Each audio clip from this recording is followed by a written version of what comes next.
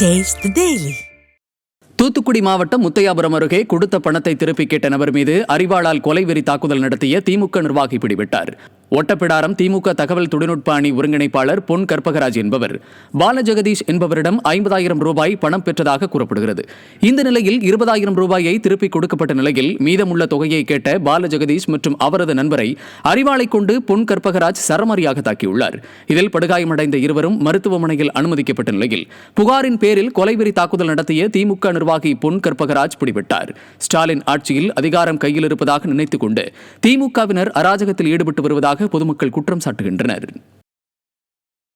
மதுரை மாநகராட்சி வரி வசூலில் பல கோடி ரூபாய் அளவிற்கு மோசடி நடைபெற்ற வழக்கில் மேயருக்கு நெருக்கமான அதிகாரிகளுக்கு தொடர்பு இருப்பதாக குற்றச்சாட்டு எழுந்துள்ளது.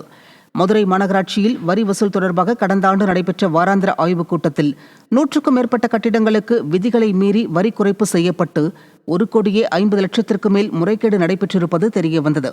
இதுகுறித்த வழக்கு நடைபெறும் நிலையில் தனி பாஸ்வேர்டை பயன்படுத்தி மோசடி நடைபெற்றதாகவும் மேயருக்கு நெருக்கமான அதிகாரிகள் பலருக்கு மோசடியில் தொடர்பு இருப்பதாகவும் கூறப்படுகிறது.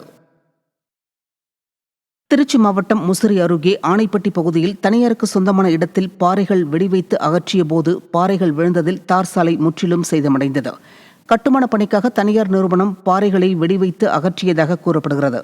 அப்போது பெரிய பாறைகள் விழுந்ததில் முசிறி தண்டலைப்புத்தூர் தார் சாலையும் மின் கம்பங்களும் சேதமடைந்த நிலையில் பாறைகள் விழுந்தபோது சாலையில் யாரும் வராததால் அதிர்ஷ்டவசமாக உயிர் சேதம் தவிர்க்கப்பட்டது.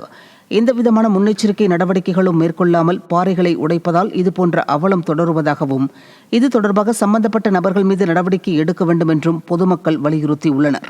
இதேபோன்று சேதமடைந்த சாலையை உடனடியாக சீரமைக்க வேண்டும் என்று மாவட்ட நிர்வாகத்திற்கும் விடியா திமுக அரசின் நெடுஞ்சாலைத்துறைக்கும் பொதுமக்கள் வலியுறுத்தியுள்ளனர்.